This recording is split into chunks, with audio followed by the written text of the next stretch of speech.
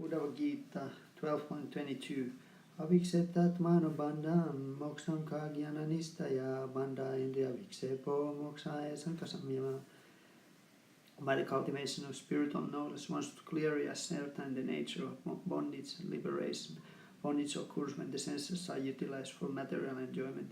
Liberation is attained when the senses are withdrawn from the enjoyment of sense objects and are exclusively engaged in my service. So that's the difference, with this between the spiritualist and materialist. So when one engages the senses are connected to the sense object, and the intention is to dominate and exploit, control the sense object, that leads to the further bondage, that leads to the karmic reactions. But when those same senses, when the senses are used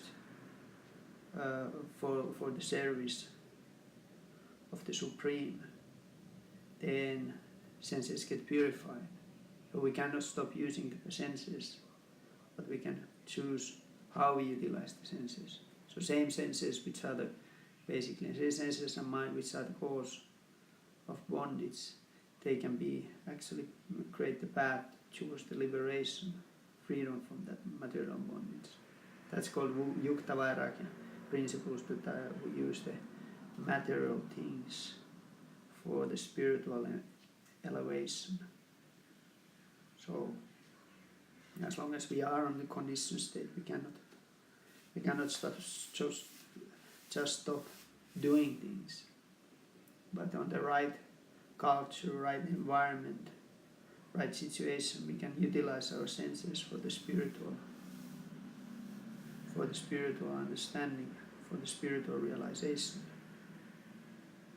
Like example, we may have tendency to read instead of just reading things for material enjoyment, just to stimulate the mind or intellect.